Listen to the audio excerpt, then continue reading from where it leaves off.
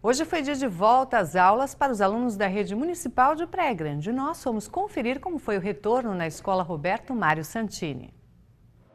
Para os pais que ficam do lado de fora, sobra preocupação. A gente fica ansiosa, assim, nervosa, né, como vai ser, tudo, mas eles tiram de letra. César tirou fotos do retorno às aulas da filha Daiane, de 9 anos. Para registrar mais esse momento dela, né, que vai fazer parte da história da minha filha, com certeza. As crianças querem contar o que fizeram para os colegas e também conhecer novos amigos. Conheci a professora, mó legal.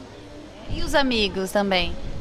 Eu não conheci, eu conheci agora. Hoje foi volta às aulas para mais de 45 mil alunos matriculados na rede de ensino de Praia Grande.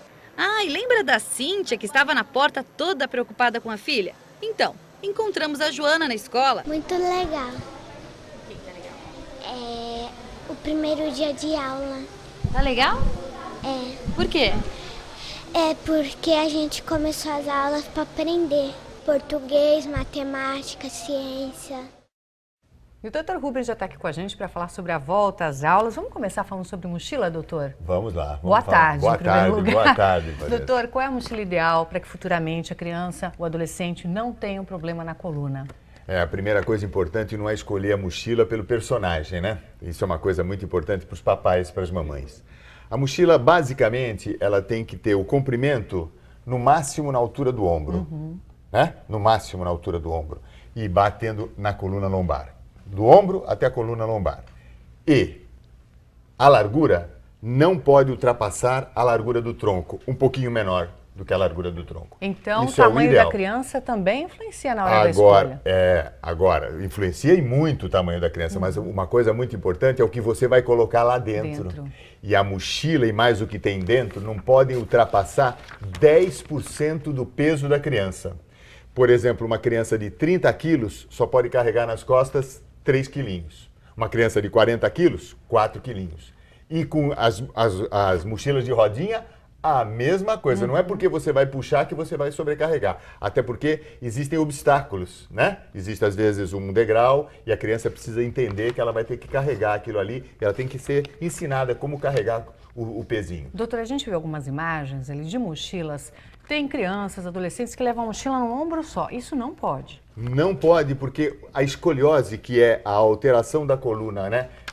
O desequilíbrio da coluna para um lado ou para o outro, começa na infância. Os principais distúrbios da nossa coluna acontecem por excesso de peso nessa fase do desenvolvimento ósseo da criança. Então, colocar a mochila de um lado, ela desequilibra a coluna. Escoliose. Certo. Agora, doutor, outro ponto importante, calçado. Qual é o calçado ideal para criança, adolescente ir para a escola? Calçado é uma coisa importante, né? Eu digo sempre, o fungo gosta do quê? Guarde bem isso, que é quente, úmido e escurinho. Calçado precisa ser trocado, você precisa pelo menos, se possível, ter 2 ou 3 calçados, porque ele precisa tomar ar. Ele precisa colocar um pouquinho de pó antisséptico, ele precisa tomar sol, ele precisa estar num lugar ventilado. Então tem que trocar. Tem que trocar o sapato sempre. E outra coisa muito importante, para as meninas, nada de saltinho, sem salto, né?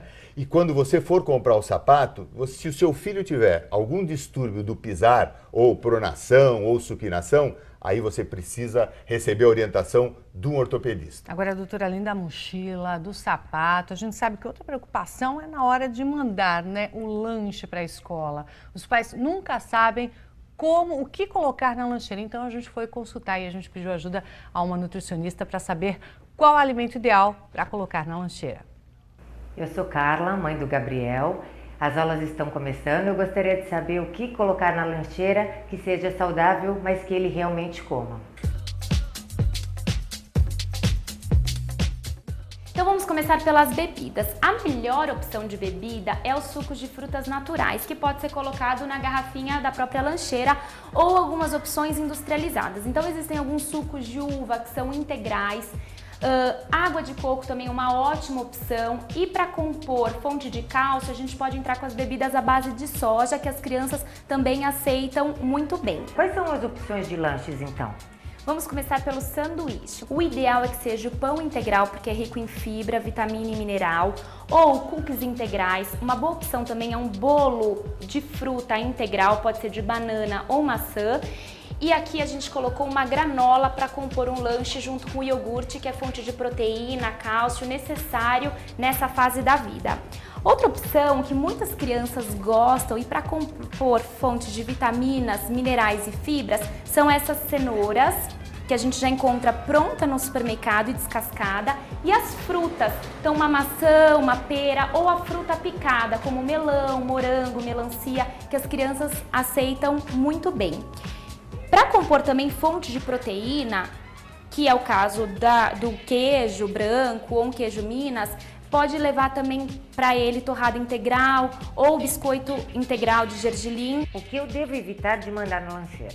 Isso é muito importante. Essas crianças, nessa fase da vida, devem evitar em excesso refrigerantes, salgadinhos de pacote, bolachas recheadas. Esses são alimentos que contêm muito açúcar, sódio e gorduras saturadas. Obrigada pelas dicas.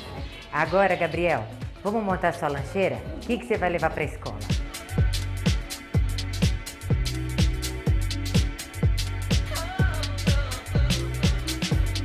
Muito bem, tá de parabéns, viu? Aí o Gabriel aprendeu bem a lição, né, doutora? Agora, se os pais seguirem essas sugestões, eles não erram nunca, né? É isso aí. É tão fácil quando você oferece para a criança as coisas boas. Me assusta aquela mãe, aquele pai que diz que encontra com a gente e fala assim: puxa vida, meu filho só come porcaria e besteiras. Nossa, se você sabe que você está oferecendo porcaria e besteiras, você está fazendo o futuro adulto ser um adulto hipertenso, obeso ou diabético.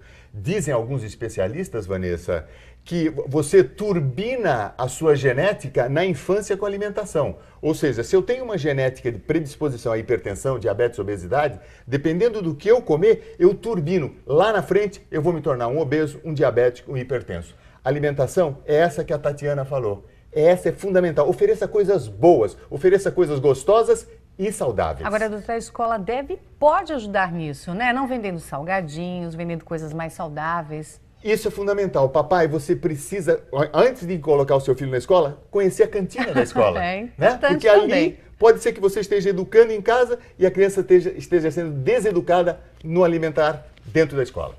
Doutora, obrigada. Agora essas e outras dicas estão lá no blog do Dr. Rubens, no nosso site tvtribuna.com/Rubens Amaral. Não é isso, doutor? Lá você tem muito mais.